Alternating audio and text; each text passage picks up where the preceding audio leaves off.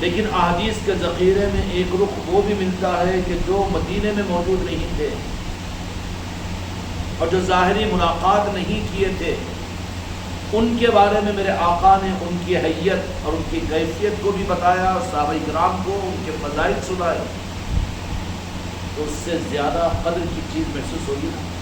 صحابہ تو صحبت کی وجہ سے ہے، لیکن جن کے بارے میں میرے آقا نے میرے آقا کے معاملات کے اندر میں کہ صحبت میں رہنے والے جو آپ کو رات و دن دیکھتے رہے، آپ کی مجلسوں میں رہے، موقع در موقع صحابہ کے فضائل بیان کر دی جو احادیث میں آ گئی ہیں، لیکن بعض احادیث کے اندر میں احادیث کی کتابوں میں ان لوگوں کے تذکرے بھی ملتے ہیں کہ جو میرے آقا کے زمانے میں مدینے میں موجود نہیں، نہ مدینے میں پیدا ہوئے، نہ آپ کے دست مبارک پر ظاہر پر ایمان لائے، لیکن ان کی فضیلتوں کو میرے آقا نے بیان کیا۔ یہ ایک الگ رخ ہے میرے آقا کا، اپنی امت کو بتانا چاہ رہے ہیں، میرے آقا یہ ظاہر کروانا چاہ رہے ہیں کہ صرف ظاہر ہونے والوں کی فضیلتیں تو فضیلتیں ہیں، لیکن ایک رخ وہ بھی ہے کہ جو موجود نہیں، ان کی فضیلتوں کو میں زبان نبوت سے ظاہر کر رہا ہوں کہ کہیں ایسا نہ ہو کہ ان کے بارے میں بعد میں تم بدگمانی کے اندر میں، بد اخلاقی کے اندر میں، بد اعتقادی میں مبتلا نہ ہو جاؤ۔ اس کے لیے زبان نبوت سے ان غائبین کے بھی تذکرے میرے آقا نے احادیث میں فرمائے ہیں۔ چنانچہ حضرت ابی قرنی رضی اللہ عنہ کا واقعہ تو جو ہے ہی ہے موجود، جو احادیث کی کتابوں میں موجود ہے، لیکن ایسے ہی حضرت امام جعفر صادق علیہ السلام سے پہلے ان کے حضرت باقر علیہ السلام ہیں، جن کو امام محمد بھی کہا جاتا ہے، امام باقر علیہ السلام، ان کے لیے میرے آقا نے صحابہ کرام رضی اللہ اجمعین کے سامنے یہ بات فرما دی تھی کہ میرے شہزادوں میں ایک شہزادہ وہ آئے گا، تقریباً شاید کے اندازے کے مطابق میں 200 سال کا یا 150 سال کا فاصلہ ہوگا، یوں فرما دیا تھا کہ وہ آئے گا کہ وہ میرے شہزادوں کے اندر میں عصمت والا ہوگا، اس کا نام محمد ہوگا، اور وہ میری آل کے اندر میں ہوگا، امام زین العابدین رضی اللہ عنہ کی اولاد ہوگا۔ تذکرہ فرمایا، صحابہ کرام رضی اللہ نے سن لیا۔ صحابہ تو اپنے سننے اور اپنے تجربے اور اپنے عقل اور اپنے علم سے زیادہ میرے آقا کے ارشادات پر یقین اور عقیدہ رکھنے والے تھے۔ ایک صحابی رسول ہے جو بہت زیادہ لمبی عمر پائی، انہوں نے بہت لمبی عمر پائی، تو آخر زمانے جب کہ صحابہ کرام سب اس دنیا سے پردہ ہو چکے تھے لیکن وہ زندہ تھے، تو امام زین العابدین رضی اللہ عنہ جب مسجد نبوی میں آتے تو مسجد نبوی کے اندر میں وہ عمر کے زیادہ لمبے ہونے کی وجہ سے بظاہر وہ نابینا ہو چکے تھے۔ مسجد نبوی کے صحن میں آ کر بیٹھ جاتے اور جو نمازوں کو آتے ان سے پوچھتے کہ تمہارا نام کیا ہے، اور کوئی بچوں کو ساتھ میں لے کر آتے تو پھر وہ صحابہ کرام رضی اللہ اجمعین ان کے پاس میں طریقہ تھا کہ اپنے بزرگوں سے اپنے بچوں کے سروں پر ہاتھ بھی رکھوا دیتے کہ سرکار ٹھیک ہے، دست مبارک رکھیے، دعا دی۔ تو جب بچے ان کے سامنے آتے تو بچے جب کوئی لے کر آ کے ملاقات کرواتے کہ میرا بچہ ہے، تو وہ نابینا صحابی سوال کرتے کہ ان کا نام کیا ہے، نام کیا ہے۔ یہ حدیث کی کتابوں میں موجود ہے۔ ویسے ایک مرتبہ سیدنا امام زین العابدین رضی اللہ عنہ مسجد نبوی میں تشریف لائے، حضرت محمد یعنی امام باقر علیہ السلام جو ہمارے طریقت کے تیسرے امام، چوتھے امام ہیں، امام باقر علیہ السلام طریقت کے امام ہیں۔ یہ جب یہ چلنے کے قابل ہو گئے تو امام زین العابدین رضی اللہ عنہ کے ساتھ میں مسجد نبوی کو تشریف لائے۔ لانے کے بعد میں پھر واپسی میں وہ صحابی بیٹھے ہوئے انتظار کے اندر، تو کہا کہ کس کا انتظار کر رہے ہو؟ تو فرمایا کہ انتظار کر رہا ہوں، میرا انتظار بے وجہ کے نہیں ہے، اس لیے کہ میرے آقا نے اطلاع دی تھی۔ تو کہا کہ یہ میرا بچہ ہے اور اس کے سر پر یہ ہاتھ رکھیے، تو فوراً سر پہ ہاتھ رکھا اور پوچھا کہ نام کیا ہے؟ تو کہا کہ محمد بن زین العابدین۔ تو فوراً اس بچے کے قدموں پر ہاتھ رکھا۔ امام زین العابدین رضی اللہ عنہ نے فرمایا کہ آپ صحابی ہیں میرے آقا کے، میرے نانا جان کے، آپ صحابی ہیں، عمر زیادہ ہے آپ کی اور آپ قابل تعظیم ہیں، کہ آپ اس بچے کے پیروں پر ہاتھ کیوں رکھ رہے ہیں؟ تو کہا اس لیے رکھ رہا ہوں کہ تو جہاں کے مالک میرے آقا نے مجھے ان کی فضیلتوں کو بیان فرمایا تھا اور کہا تھا کہ میرے نواسوں کے اندر میں ایک نواسا ہوگا جس کا نام محمد ہوگا اور وہ میری آل کے اندر میں ہوگا اور اس کی عظمت یہ ہوگی کہ ولایت کا نظام اس سے چلے گا، اور کچھ اشارات فرمائے انہوں نے۔ میں اسی کے تو انتظار میں مسجد نبی کے صحن میں بیٹھا کرتا تھا۔ صحابی ہیں اور تابعین جو امام زین العابدین رضی اللہ تعالیٰ عنہ، ان کے شہزادے، چھوٹے شہزادے امام باقر علیہ السلام، تو عظمتیں، مقامات جو ملتے ہیں وہ شہزادیوں پر، بے شک آل رسول کے اندر میں یہ چیز تو ہے ہی ہے۔ اس رخ پر نہیں جانا، بے ادب اور گستاخ بھی نہیں بن جانا کہ ولی کا بیٹا ولی نہیں ہو سکتا، نبی کا بیٹا نبی نہیں ہو سکتا، اور نبی کا بیٹا ہوتے ہوئے بھی تو وہ گمراہ اور ہو سکتا ہے۔ زبان کدھر جا رہی ہے؟ کیوں کہ جو واقعی مقبول ہوگا تو اس کی توجہات کے اوپر اور اس کی دعا اور اس کے دل کے درد کے اوپر تو بے ایمانوں کو ایمان ملے اور اسلام ملے۔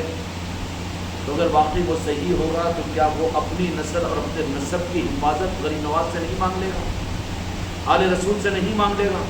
مولا علی سے نہیں مانگ لے گا؟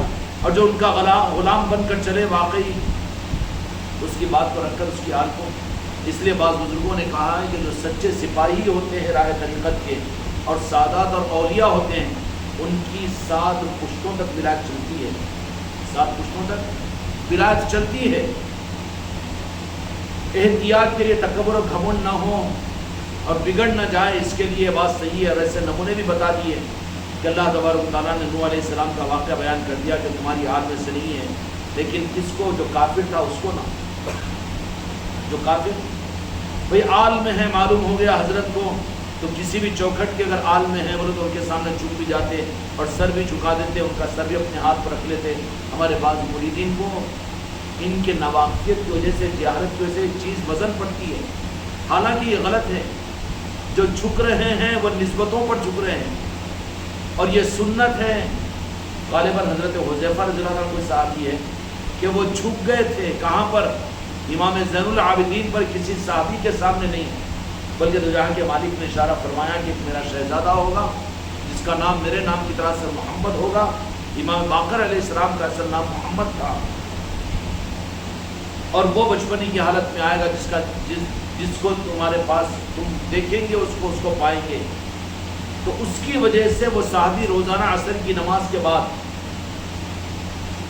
معاف کریں میرے صحابہ، کہ وہ صرف میرے آقا کے اس ارشاد کی وجہ سے وہ صحابی کے دین زندگی کا مقصد انہوں نے یہ بنا لیا کہ میرے آقا نے جو اطلاع دی کہ ایک شہزادہ آنے والا ہے۔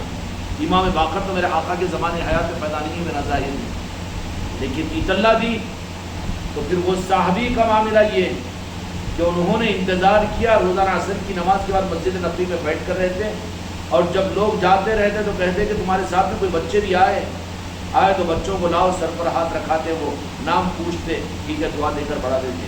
لیکن جیسے ہی سید سجاد، علی اوسط ہے امام زین العابدین رضی اللہ عنہ کا نام اصل میں علی اوسط ہے، علی ہے آپ کا نام بھی، تو جیسے ہی کہا کہ تمہارے ساتھ میں بھی کوئی ہے، تو کہا کہ ہاں میرا بیٹا ہے۔ کیا نام ہے اس کا؟ محمد۔ ارے لاؤ میرے پاس میں لاؤ۔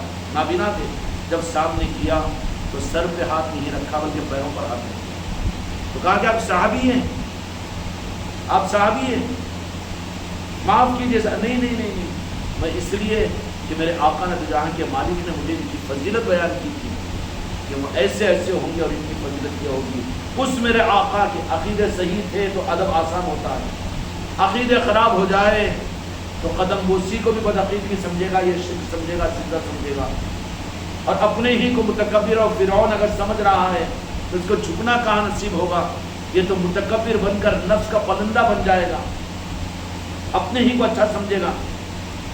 وہ صحابی رسول صلی اللہ علیہ وسلم نے فوراً حضرت امام محمد علیہ السلام کے قدموں پر ہاتھ رکھا۔ سید سجاد نے فرمایا کہ یہ بچہ نہیں، بچہ ہے بے شک، لیکن میرے آقا نے اس کی عظمت کو بیان کیا۔ یہ سلسلہ میرے آقا نے اپنے بعد میں آنے والوں کے جو آل رسول آل محمد ہے ان کے رخوں کو بتایا، اس لیے وہ قابل تعظیم دین کا ایک جز ہے۔ اولیاء کی تعظیم، آل رسول کی تعظیم، پیر کامل کی تعظیم، اور سجادگان کی تعظیم، اور آل اولیاء کی تعظیم، سیدوں سادات کی تعظیم دین کا ایک جز ہے جس پر صحابہ نے عمل کیا اور میرے آقا نے کروایا ہے ان کو۔ اور تعظیم کی سب سے زیادہ انتہا کیا ہوگی؟ زبان سے خوب منقبتیں پڑھ رہے ہیں، خوب کتابیں لکھ رہے ہیں عظمت اور فضیلتوں کے اندر۔ تعظیم کی انتہا نہیں ہے، وہ شروعات ہے۔ منقبتیں پڑھی وہ شروعات ہے، بیان کرے وہ شروعات ہے، لوگوں میں چرچا کیا، تذکرہ کیے، فضیلتیں بیان کی، یہ شروعات ہے۔ پھر ہوتے ہوتے ہوتے ہوتے پھر وہ جب ان کو جن کی تعظیم اور عظمت اور محبت دل میں آئے گی، پھر ان کے اپنے آپ کو وہ غلام بنا کر وہ جو کہے ان کا حرف آخر ہوگا، حرف آخر ہوگا۔ ساری دنیا ایک طرف میں، لیکن ڈالی ہوئی پتھر کی لکیر کو کٹ نہیں سکتی، مٹ نہیں سکتی۔ اس مقام پر آئے گا، یہ بھی کمال نہیں ہے۔ اس سے آگے پھر بات بڑھتی چلی جائے گی تعظیم اور ادب اور محبت کی دلیل دینے کے لیے، تو پھر آدمی سب سے عظمت والا جو اس کے اعضاء جسمانی میں جس مقام کو اللہ تعالیٰ نے اپنے لیے بنایا ہے وہ سر ہے، وہ ماتھا ہے۔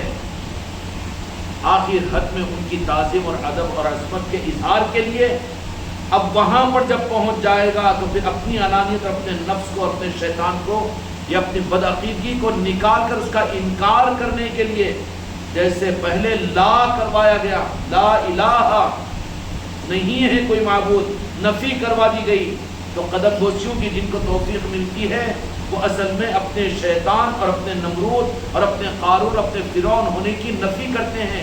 جو اولیاء کی چوکھٹوں پر جھک جاتے ہیں وہ شرک نہیں کرتے، بلکہ وہ ولی کے ولی ہونے یعنی خدا کے خدا نہ ہونے کی تصدیق کرتے ہیں، خدا نہ ہونے کی تصدیق کرتے ہیں، نفی کرتے ہیں وہ شرک کی۔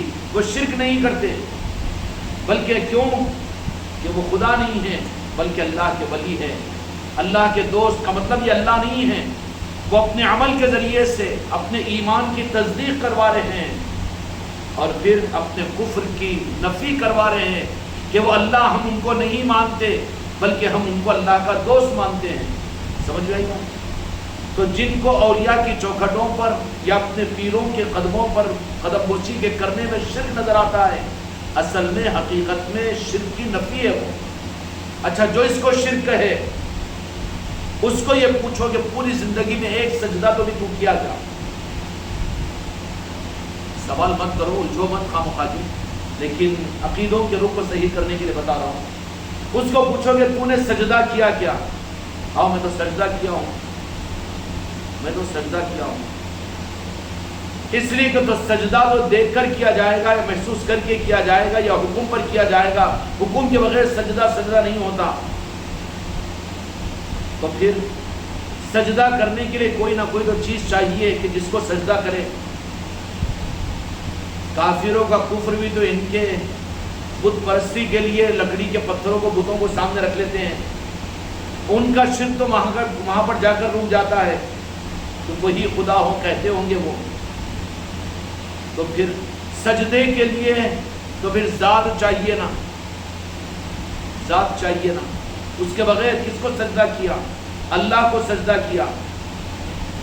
پھر بات آگے کا سوال ہی پیدا ہو جائے گا کہ کیا اللہ تبارک و تعالیٰ کو تو نے پکڑا ہے یا اللہ کے قدموں کو دیکھا ہے، اللہ کے سامنے اللہ کو دیکھ کر چھپا ہے تو؟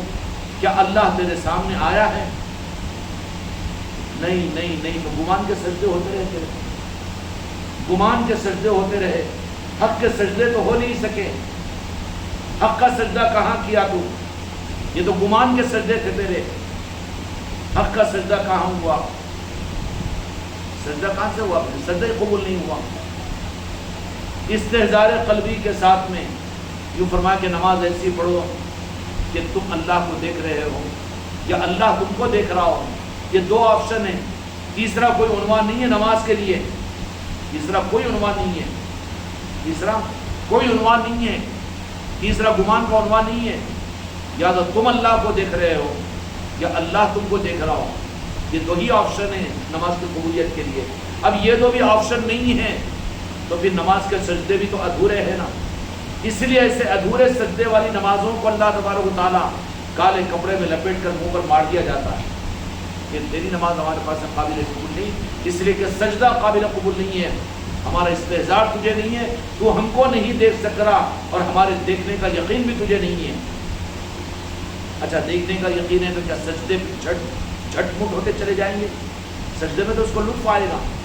اس لیے میرے آقا نے وہ لطف والے سجدوں کا نمونہ بھی سامنے رکھا کہ بعض اوقات تو جہاں کے مالک میرے آقا محمد رسول اللہ صلی اللہ علیہ وسلم راتوں رات سجدہ کیا، سجدے میں رہا کرتے تھے۔ کیوں؟ یہ عبادت ہوتی ہے، عبادت ہوتی ہے۔ اگر یہ سجدے تو سجدے کیا ہوتے ہیں؟ سجدہ اصل میں اللہ کے حکم پر جو کیا جائے اللہ کا حکم سمجھ کر، اللہ سمجھ کر وہ سجدہ ہے۔ باقی اگر کہیں پر آستانوں پر یا کسی آل رسول اور سادات اکرام اور ان کے سامنے اگر ان کی قدم بوسی کا کرنا تو پھر یہ نعوذ باللہ صحابی رسول ہو کر امام محمد باقر علیہ السلام کے قدموں کو چھوا تو نعوذ باللہ صحابی کو پھر بھی الزام لگائیں گے۔ کیا مطلب ہوا؟ مطلب یہ ہوا کہ یہ رخ بھی بتا دیا ادب اور عظمت اور تعظیم کا۔ جب آدمی تابعداری کی منزل سے آگے نکل جاتا ہے، اپنی مرضی کو بدل دیتا ہے، طبیعت کو بدل دیتا ہے، تو آخری چیز اس کے پاس میں پونجی آخری صورت میں جو بچتی ہے اس کا ماتھا بچتا ہے۔ تو وہ ماتھا بھی کسی بعظمت نسبت کے اوپر سامنے لا کر اپنے ماتھے کو ٹکاڑ کر وہ اس بات کو ثابت کر دیتا ہے کہ یا اللہ اس بات کو ثابت کر دیتا ہے کہ میں کچھ نہیں ہوں، میرے لیے رکاوٹ کچھ نہیں ہے، تیرے حکم اور تیری محبت میں اور تیرے خاطر اپنے ماتھے کو بھی میں ٹکا دیا ہوں۔ اور یہ تعظیم کے لیے توحید کا امتحان رب کی سنت ہے۔ شیطان کا بھی حضرت آدم علیہ السلام کو بھی سجدے کا حکم یہ نہیں تھا نا کہ اللہ تعالیٰ یہ نہیں بول دیا تھا کہ میں خدا نہیں ہوں اب ان کو خدا سمجھ کے سجدہ کروں، یہ نہیں فرمایا، بلکہ حکم دیا تھا کائے کو کہ میرے نور کا جو حصہ ہے آدم علیہ السلام کے اندر میں اس نور کو تم سجدہ کرو۔ تو پھر اگر یہی کہ اس سجدے کو سرعی ہم اگر شرک کہہ دے، اس سے بڑا ظلم ہے کہ قدم بوسی کو اگر شرک سمجھے یا سجدہ سمجھے تو یہ تو ظلمن کثیرہ ہے، کہ بڑا ظلم ہے اور بڑا گناہ ہے کہ پہلے قدم بوسی تو جو جائز ہے اس کا ناجائز ہونے پر کوئی دلیل نہیں ہے، اب اس کو بڑا ظلم یہ ہوا کہ اس کو سجدہ کہہ دیا، اور بڑا ظلم آگے ہوا کہ اس کو شرک کہہ دیا، اور بڑا ظلم۔ اور شرک کے بارے میں اللہ تعالیٰ نے فرمایا شرک و کفر کے بارے میں کہ اگر کسی کو مشرک اور کسی کو کافر اگر کہا جائے، سامنے والا اگر وہ مشرک نہیں ہے، آگے والا اگر کافر نہیں ہے، تو کہنے والا چاہے کتنا ہی متقی پرہیزگار کیوں نہ ہو وہ خود کے لوٹ جاتا ہے کفر اور شرک۔ تو آج کہنے والے خود اللہ کی نگاہ کے اندر میں مشرک و کافر ہو جا رہے ہیں، اور پھر اولیاء کے آستانوں پر یا پیر کامل کے سامنے قدم بوسی کا کرنا، پہلی بات تو کہ وہ سجدہ تو ہے نہیں، یا جھکنے والے کو ذرا اٹھا کر پوچھ کہ اللہ سمجھ کر جھک رہا ہے، تو اگر زیادہ چڑیلا نہیں ہوگا تو نہیں بھائی اللہ کا ہی کوئی اللہ تک پہنچانے والے سمجھ کر جھک رہا نہیں کہے گا۔ زیادہ ہی چڑیلا ہے تو پہلے تھپڑ مارے گا، اللہ یہ تو مان کس کو بھی اللہ 10 لاکھ روپے کی تو مدد کر دے اس کے سامنے تو ہاتھ جوڑ کے اس کو مالک مانے گا، مگر میں اللہ تک پہنچانے والے اس کے لیے میں قدم بوسی کر رہا ہوں، یہ کہے گا، یہ قدم بوسی۔ تو قدم بوسی کا کرنا یہ شرک نہیں ہے بلکہ شرک کی نفی ہے، کہ وہ قدم بوسی اس لیے کر رہا ہے کہ رب کی قدم بوسی نہیں کی جا سکتی، رب کا کہیں وجود ملے گا کیا؟ سجدہ رب کا کر رہا ہے، یہ استحضاء کا سجدہ کر رہا ہوگا، لیکن رب سمجھ کر سجدہ یہ نہیں کر رہا ہے۔ یہ صحیح ہے کہ وہ رب تک پہنچانے والا ذریعہ سمجھ کر، اور پھر جو پہنچا وہاں تک وہ بھی قابل تعظیم بن جاتا ہے۔ تو ان کے ادب کا تقاضا یہ ہوتا ہے کہ ان اولیاء کی چوکھٹوں پر نہ چاہنے کے باوجود ہم ان کی تعریف نہیں کرتے جو اپنے دنیا کے اغراض کے لیے جا کر وہاں پر ماتھوں کو ٹیکتے ہیں اور ان کو کہتے ہیں کہ ہم اپنی دنیا کے لینے کے لیے تم کو خدا سمجھ کر، وہ تو مشرک ہے۔ لیکن جو لوگ جاتے ہیں اولیاء سمجھ کر، ان کو خبردار کبھی مشرک نہ کہنا، کیوں؟ اگر کہو گے اگر وہ نہیں ہیں تو ریفلیکس ہو جائے گا، خود مشرک ہو جاؤ گے، کافر ہو جاؤ گے۔ تو دو جہاں کے مالک میرے آقا نے یہ رخ بھی بتانے کے لیے احادیث کے اندر میں ان لوگوں کا تذکرہ فرمایا جو موجود نہیں تھے اور زمانوں کے بعد میں آنے والے تھے، اور وہ خاص لوگ تھے کہ جن کی بدعقیدگی کا احتمال میرے مصطفیٰ کو تھا اس کو ختم کرنے کے لیے، ہونا تو وہی صحابہ کرام کی فضیلتوں کو بیان کرتے تھے میرے آقا، نہیں اویس قرنی رضی اللہ عنہ کی فضیلتوں کو بیان کیوں کیے؟ تو اس طرف میں رخ بتانے کے لیے کہ میں ان کے ادب کے بارے میں تم کو آگاہ کر رہا ہوں اور میں تم کو متنبہ کر رہا ہوں کہ اس غلطی کی وجہ سے دھوکے میں رہ کر میرے پاس میں تم مشرکوں میں شامل نہ ہو جانا اور غضب والوں میں شامل نہ ہو جانا، اس کے لیے کہ تم اپنے آپ کو سنبھال کر رکھو۔ تو دو جہاں کے مالک میرے آقا نے، اور میرے آقا ہی نے تو بہت خلاصہ کیا اپنی امت پر مہربانی کا، ذاتوں کی نشاندہی فرما دی۔ امام محمد حضرت باقر علیہ السلام جو امام سید سجاد امام زین العابدین رضی اللہ عنہ کے صاحبزادے ہیں، اور ان کے قدموں پر ہاتھ رکھنے والے صحابی رسول، ادب کے بہت خلاف ہوگا نا، تو وہ صحابی رسول ہے۔ سید سجاد نے فرمایا کہ صحابی رسول ہے، کہا کہ نہیں میں تو اسی انتظار میں یہاں پر بیٹھ کر رہتا تھا، اس لیے کہ میرے آقا نے اطلاع دی تھی کہ ایک بچہ آئے گا جس کا نام محمد ہوگا اور وہ آپ کی آل کا شہزادہ ہوگا، اور اس کی یہ عظمتیں ہوگی، یہ عظمتیں ہوگی کہ اللہ تبارک و تعالیٰ میرے دین کو اس کے ذریعے سے دنیا میں زندہ کرے گا۔ مجھے میرے آقا نے اپنے کانوں سے اس آل محمد کی فضیلتوں کو میں نے سنا اور کہا کہ تمہاری اس سے ملاقات ہوگی، تو میری زندگی کی آخری ان ایام میں اسی گھڑی کا تو انتظار تھا، مجھے قدموں کو چھینے دو۔ وہ صحابی نے امام محمد باقر علیہ السلام کے قدموں کو چھیا ہے، مس کیا ہے۔ سید سجاد نے کہا کہ آپ تو صحابی رسول ہے، کہا کہ اس لیے تو کر رہا ہوں، اس کا مطلب یہ ہے کہ جہاں نفس اور انانیت اور فرعونیت نہیں ہوتی، عبودیت ہو جاتی ہے، تابعداری اور محبت زیادہ ہو جاتی ہے، تو اس کے بعد میں آخری منزل کے اوپر آدمی جا کر کہ سب سے زیادہ عظمت والی چیز جو ہے وہ تو ماتھا ہے، وہ تو پیشانی ہے، جو رب کے لیے مخصوص ہے، رب کے سامنے رب کی محبت کے اظہار کے لیے، یا رب تیری عبادت تو بندے سارے تو رب ہونے کی حیثیت سے کرتے ہیں، لیکن جس کو تو نے اپنا بنایا میں تو اس سے بھی محبت میں اپنے ماتھے کو تیرے سامنے ٹیکتا ہوں، گویا کہ تیرے ان نسبت والوں کے سامنے ٹیکنا، اس میں مجھے توحید کی شراب ملتی ہے، اور ان قدم بوسیوں کے اندر میں مجھے معرفت نصیب ہوتی ہے۔ اس لیے اس رخ کو اولیاء کرام نے اختیار کروایا اور کیا۔ تو جب بندہ محبت اور عقیدت اور عظمت کے راستے پر آگے بڑھتا ہے تو پھر آخر وقت میں تصدیق کے لیے اپنے ماتھے کو بھی وہاں پر ٹیک دیتا ہے، اور ٹیک کرے تصدیق کرتا ہے کہ میں اللہ نہیں مان رہا ہوں، میں جب اللہ والا مان رہا ہوں تو میں وہ نہیں ہوں جو تجھے، کہ ساری مخلوق تو اپنے غرض کے لیے تجھے مانتی ہے، تیری مانتی ہے، لیکن میں تو تیری محبت والا ہوں کہ تو تیرے جو پہچان کرانے والے وہ تیرے خاص بندے، تیرے دوست ہیں، میں ان کے سامنے، تیرے سامنے کیا بلکہ میں اپنے ماتھے کو تیرے تو نے جس کو اپنا کہا ان کے سامنے بھی میں ٹیک دیتا ہوں۔ تو یہ توحید کی اعلیٰ پہچان ہوئی کہ نہیں ہوئی؟ اللہ سے محبت کی اعلیٰ پہچان ہوئی کہ نہیں ہوئی؟ یا شرک ہوا کیا؟ شرک نہیں ہوا، توحید کی اعلیٰ پہچان ہوئی، ایمان کی تصدیق ہوئی اس کی، اور جو جھکنے سے اکڑا تو اس کے لیے بھی اللہ تبارک و تعالیٰ نے بتا دیا پہلے ہی لیبرٹری کے اندر میں عرش الہی پر کہ نور مصطفیٰ کو دیکھ کر بھی وہ اکڑ گیا، جھکا نہیں۔ جہاں دکھ رہا ہے کہ اللہ کی پہچان ہوتی ہے اور میرے آقا کی محبت ملتی ہے، اور جہاں آل رسول ہے، آل محمد ہے، وہاں پر جھکنے سے یہ اکڑ رہا ہے، تو سب جھکے تو آج بھی فرشتے ہیں، اور ایک اکڑا تو آج بھی۔ اور اس کی اکڑ کیا وجہ تھی؟ قرآن پاک سے پوچھے کہ شیطان کے اکڑنے کی وجہ کیا تھی؟ کیا اس کو توحید کی تعلیمات نہیں تھی؟ یا اللہ کو وہ نہیں پہچانتا تھا؟ علم اس کے پاس میں نہیں تھا؟ استاذ الملکوت تھا، بڑا عالم تھا، بڑا عابد تھا، بڑا متقی تھا، بڑا پرہیزگار تھا، پھر کیوں جھکنے میں اس کو بار کیوں ہوا، اس کی کمر کیوں اکڑ گئی، جس سے مردود ہوا؟ تو قرآن مجید کہتا ہے انا خیر من، یہ آدم سے تو بہتر میں ہوں، اس لیے کہ یہ مٹی سے بنے ہیں اور میں آگ سے بنا ہوں۔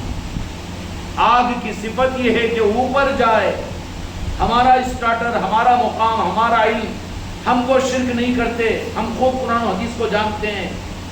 جانتا نہیں بابا، شیطان سے بڑا عالم نہیں بن سکتا تو، شیطان سے بڑا توحید پر عمل کرنے والا نہیں بن سکتا، توحید کو جاننے والا تو بن نہیں سکتا.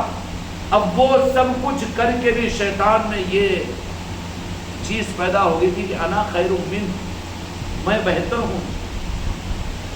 تو اگر تربیت نہ ہوئی ہو تو پھر یہ کبر خود بخود عبادتوں سے، علم سے، عمل سے پیدا ہوتا ہے. یہ کبر ہے جو خدا کو ناپسند ہے.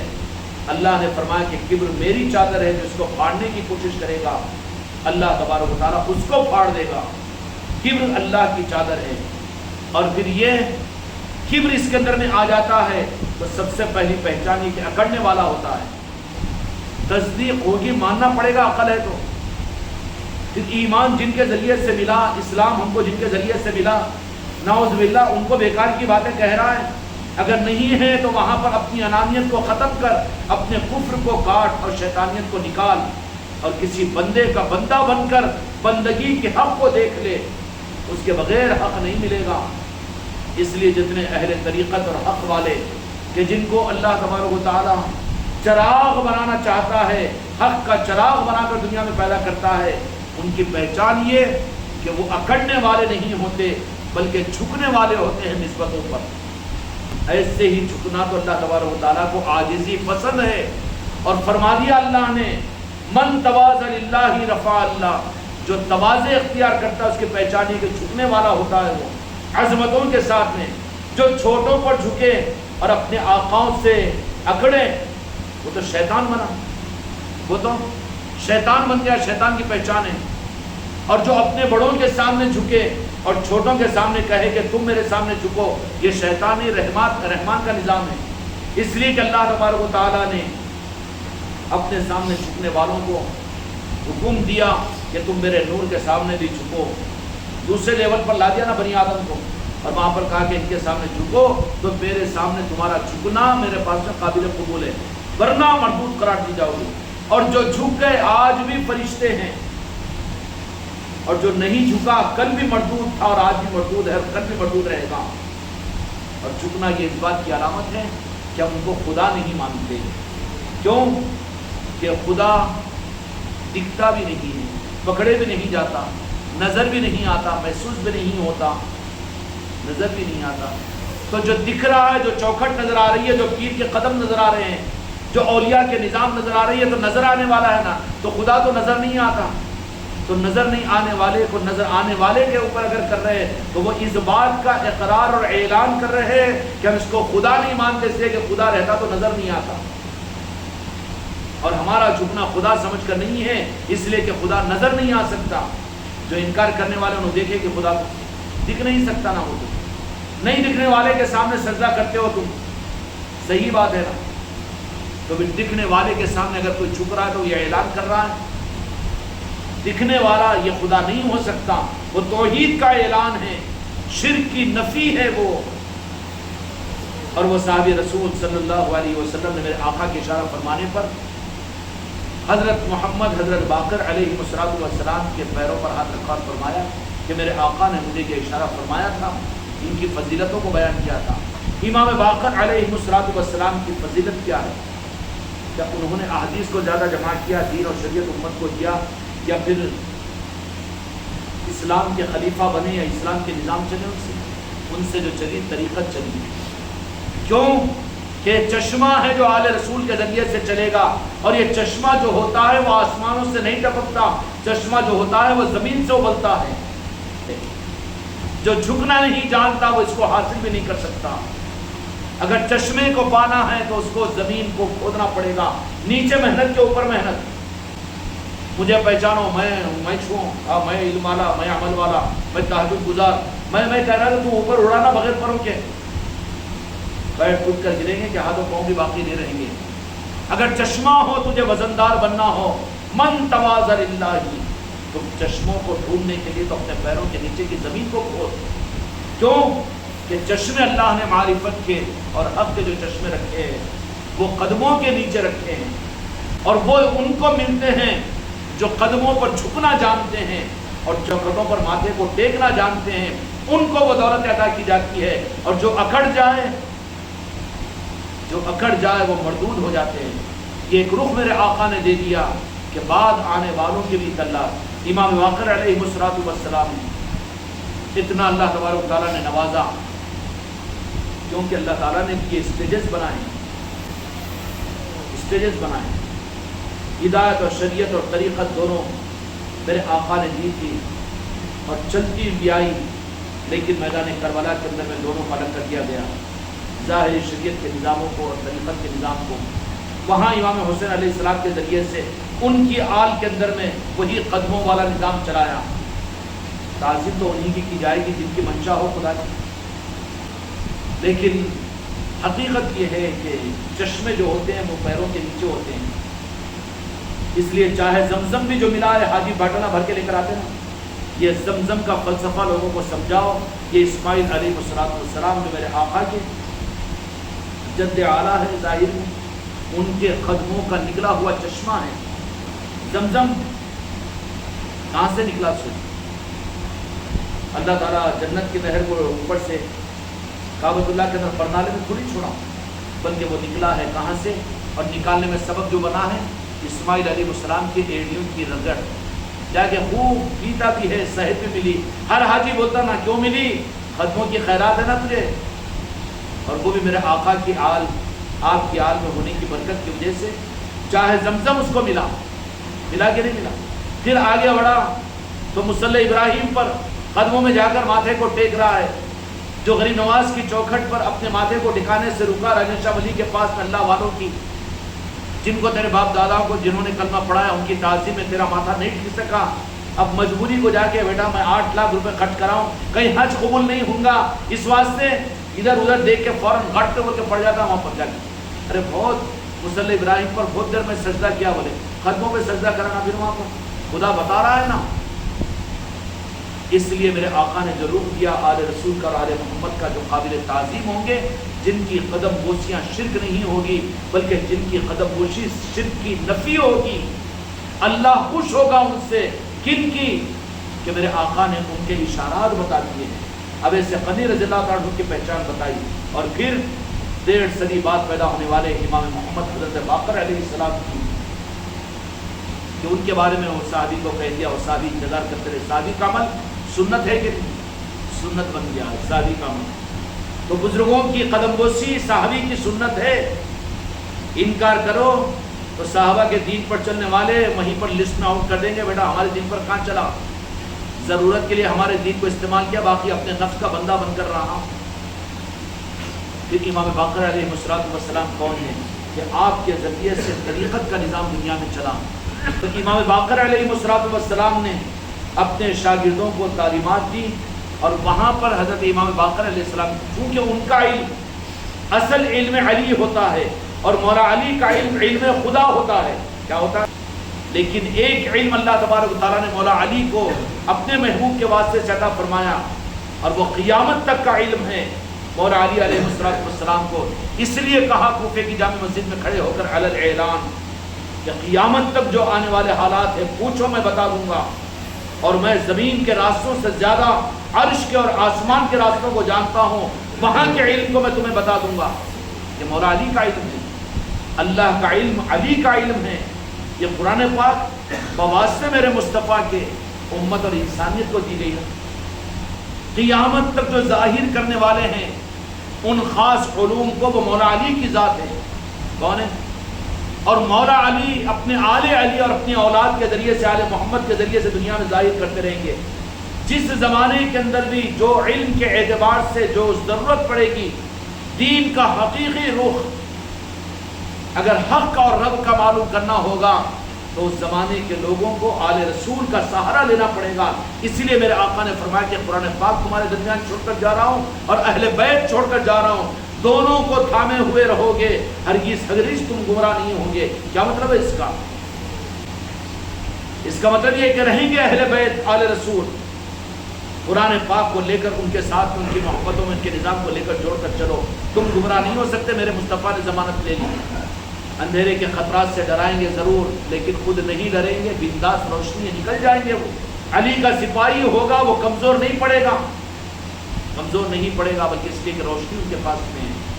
تو امام باقر علیہ الصلوۃ والسلام کی ذات وہ ہے کہ جن کو مولا علی کے علم کی وراثت ملی، کہ اب اس زمانے کے اندر میں امام باقر علیہ الصلوۃ والسلام نے اپنے ممبر پر بیٹھ کر یہ فرمایا کہ اے میرے حاضرین، امام باقر علیہ الصلوۃ والسلام کی تصدیق، یہ ہمارے حضرت بڑے بزرگ میرے آقا اویس قرنی رضی اللہ عنہ کا اشارہ دے کر صحابہ کو تصدیق فرما دی۔ پھر وہ صحابی کو جن کی عمر لمبی تھی ان کو امام محمد باقر علیہ السلام کی اطلاع دی، وہاں تک تو لا دیا چوکھٹ۔ اب امام باقر علیہ الصلوۃ والسلام نے چوکھٹ کو آگے بڑھا کر آپ نے یہ بات فرمائی کہ 6 صدی ہجری کے اندر میں بغداد کے اندر میں ایک بچہ پیدا ہوگا جس کا نام عبد القادر ہوگا، اور وہ اولیاء کا امام ہوگا۔ پورا تعارف امام باقر میرے سرکار نے مدینہ منورہ میں فرمایا۔ یہ ہوئی کہ نہیں تھی لنک، یہ ہے نہیں ہے چشموں کا نظام۔ 300 برس پہلے امام باقر علیہ الصلوۃ والسلام کہہ رہے ہیں کہ ہماری آل کے اندر میں حسنیوں کے اندر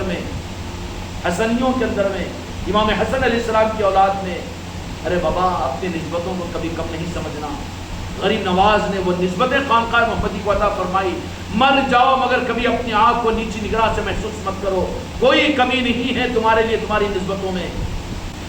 تو سید جنید بغدادی رضی اللہ تعالیٰ عنہ حالانکہ غوث الاعظم بڑا مانتے ہیں، لیکن جب امام باقر علیہ السلام نے ان کو اطلاع دی تو فرما دیا کہ وہ ہمارے بڑے ہیں۔ تو کہا کہ اپنی زندگی میں اپنے گردن پر آپ کے قدموں کو قبول کیا۔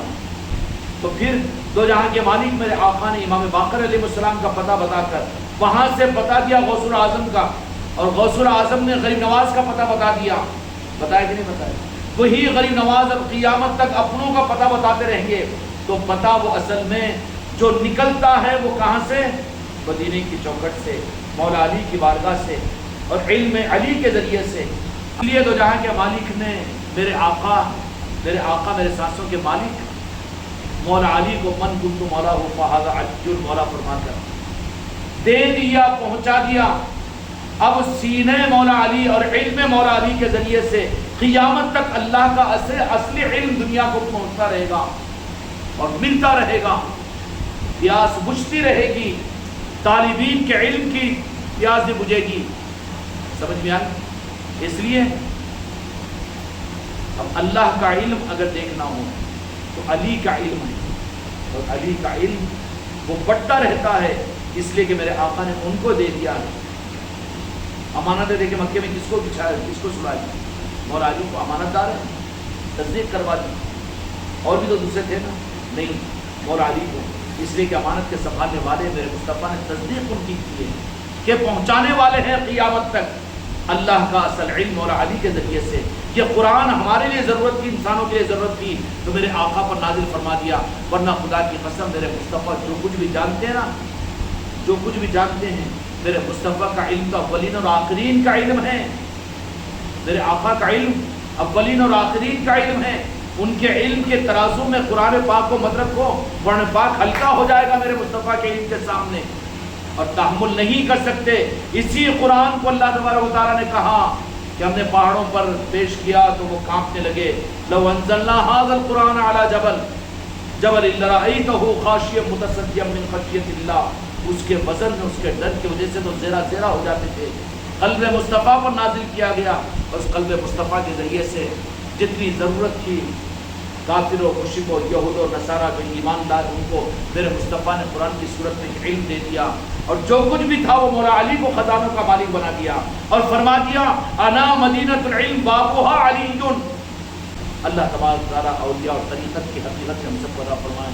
بحق لا الہ الا اللہ۔